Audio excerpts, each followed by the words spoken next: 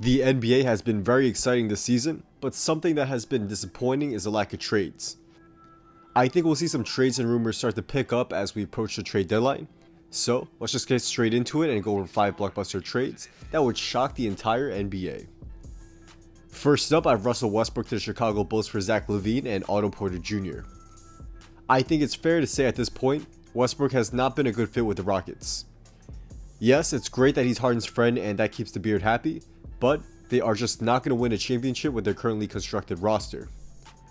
Westbrook has been a poor fit in the Rockets system, as he's been very inefficient from the field, shooting only 43% from the field and a terrible 23% from 3.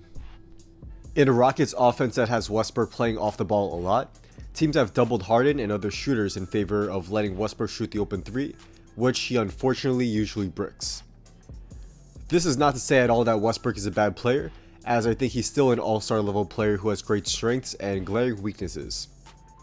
In the Rockets offense, his weaknesses are getting exposed badly, and a trade to the Bulls where he would be the primary ball handler would do wonders for both him and Chicago's offense. The Bulls are somewhat near the playoff picture, and adding Westbrook to lead the offense in his aggressive get-to-the-basket game can definitely help them become a legitimate playoff team this year. The Bulls are kind of in no man's land, and a trade for Westbrook could help them get into playoff contender status. Yes, giving up LaVine would definitely hurt, but he isn't going to lead the Bulls to the playoffs as the number 1 option, and they would also be getting rid of a bad contract in Porter Jr. in this trade as well. The Rockets would do this trade to shift Harden to point guard where he would be the primary playmaker, and having a great secondary playmaker and off-ball shooter in LaVine will be huge for Houston's spacing and offense.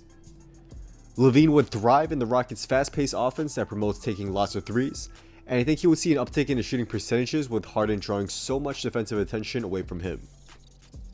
The Rockets would also be getting Porter Jr. in this trade, who has been injured for most of the season, but if he comes back healthy, he will be a terrific 3-and-D wing that could give the Rockets one of the most dangerous starting 5 offenses in the NBA.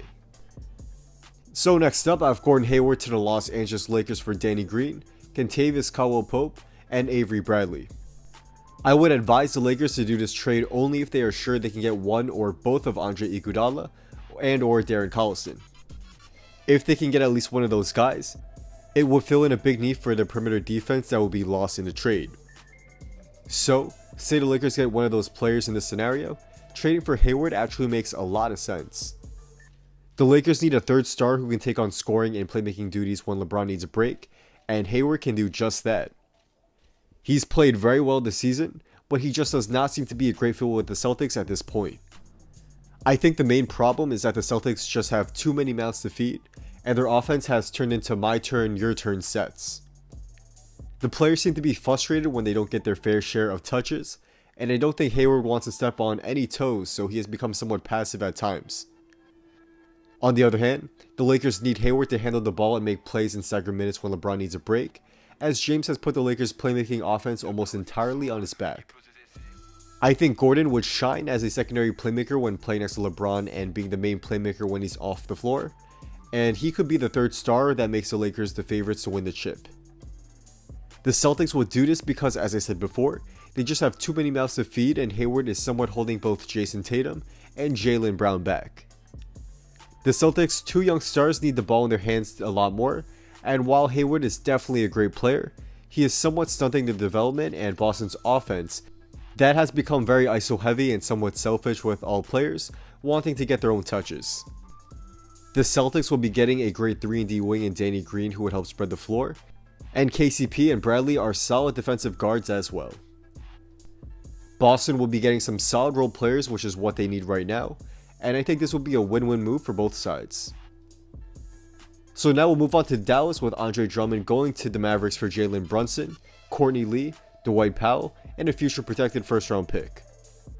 This will be a risky move for the Mavs, as while Drummond is an all-star caliber center, I'm scared he will hurt Dallas's offense.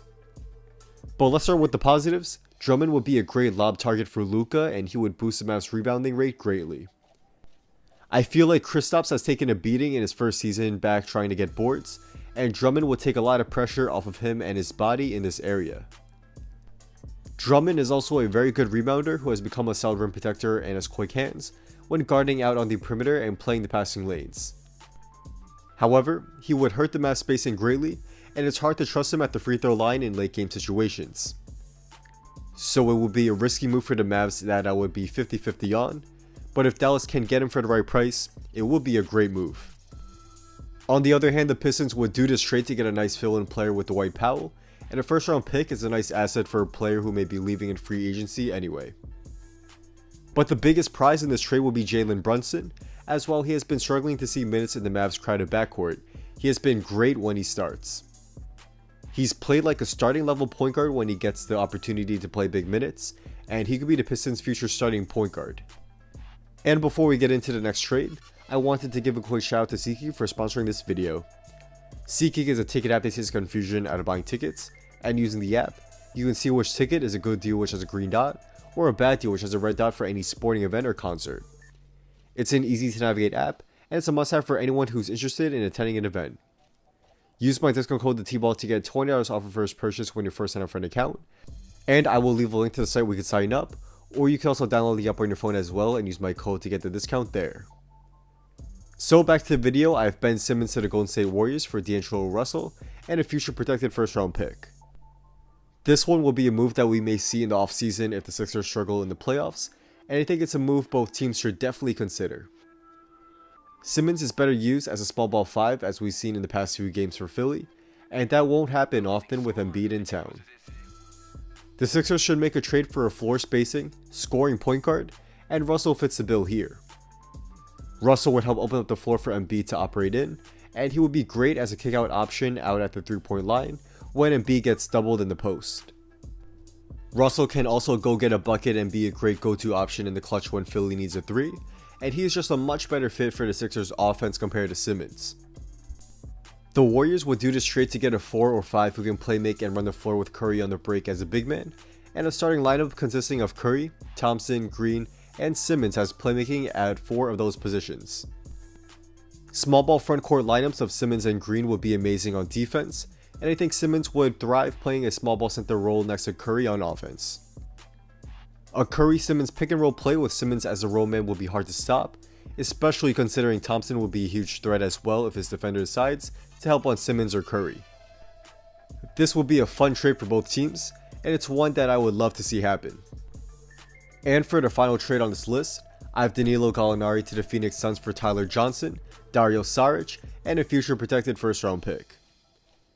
This is a trade that would occur if the Thunder decide to just go into full rebuilding mode, even though they are firmly in the playoff picture right now. However, Gallinari has been rumored to be on the trade block for quite some time, so I wouldn't put it past the Thunder to still decide to trade all their vets for any assets they can get at the trade deadline. To start off from the Suns' perspective, they would do this trade to get a stretch 4 who can help spread the floor for Booker and Ayton, and Danilo Gallinari has been a consistent and dangerous threat from downtown throughout his entire NBA career.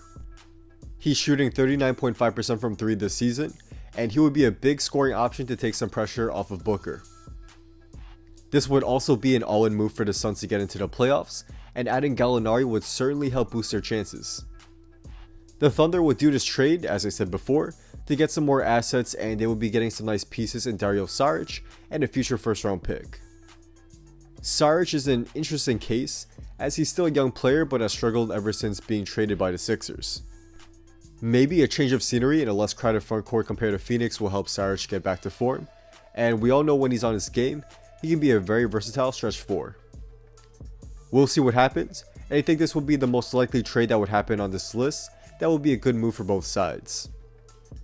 So that's a wrap. Thank you all for watching. If you guys did enjoy this video and want to see more daily NBA content just like this, be sure to drop a like and subscribe, and also be sure to turn on post notifications so you can stay updated when my next video will be coming out. Also, be sure to follow me on Instagram and hit me up if you want to talk about basketball or business. Just drop a comment down below on my photo or DM me, and I'll definitely try to get back to most of you guys there. Drop a comment down below on which trade you want to see happen before the NBA trade deadline. It can be one from this video or one that you made up. Let me know as I do it on comments. I'm definitely interested to see what you guys have to say here as well. So, with all that being said, once again, thank you all for watching, and hopefully, I will see you guys in the next video. Peace.